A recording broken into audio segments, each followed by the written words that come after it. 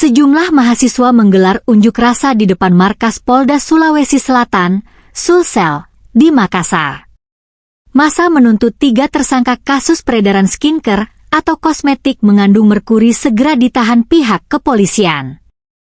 Pantauan detik Sulsel di lokasi, Jalan Perintis Kemerdekaan, Makassar, Senin, 18 November 2024, sekitar pukul 15.55 WITA.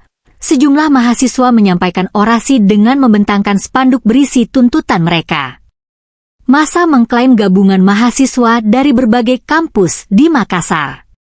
Mendesak, menantang Kapolda Sulsel agar segera menangkap yang sudah ditersangkakan pemilik kosmetik berbahaya yang mengandung bahan merkuri, ujar Koordinator Aksi, Firhan dalam orasinya. Dia menuding ada sesuatu hal menjadikan para tersangka tak kunjung ditahan. Dia pun kembali menekankan agar kepolisian segera menangkap para tersangka. Kami melihat bahwa mereka yang sudah ditersangkakan tak kunjung ditangkap. Jadi, kami curiga bahwa ada kong kali kong di antara pemilik kosmetik dengan pihak Kapolda, katanya. Demonstrasi berlangsung kurang lebih 20 menit dengan penjagaan oleh personel kepolisian di lokasi. Setelahnya massa membubarkan diri dengan tertib. Diberitakan sebelumnya, Lembaga Bantuan Hukum, LEBIH, Makassar juga menyoroti 3 tersangka kasus peredaran skincare atau kosmetik mengandung merkuri tidak ditahan polisi. Ketiga tersangka adalah Mira Hayati, suami Feni Frans bernama Mustadi Degesila, dan Agus Salim.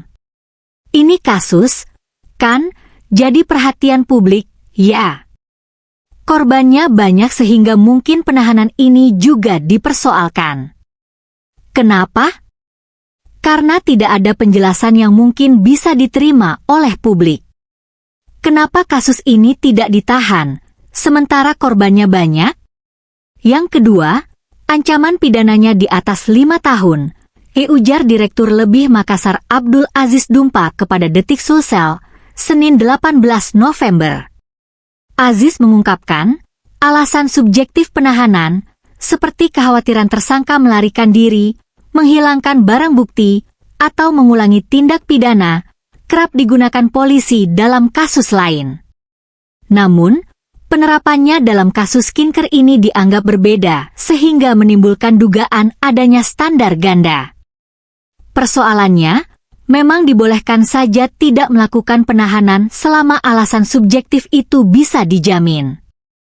Kalau dilihat ini, kan, bukan hanya Mira Hayati, tidak ditahan karena alasan sakit yang jadi tersangka. Tapi, juga ada yang lain yang ternyata tidak dikenakan penahanan sehingga jadi pertanyaan, katanya. Selalu ada standar ganda dalam menerapkan penahanan. Padahal, ini tidak akan jadi pertanyaan publik seandainya polisi selama ini dalam melakukan penahanan itu tidak menilai secara subjektif, lanjut Aziz.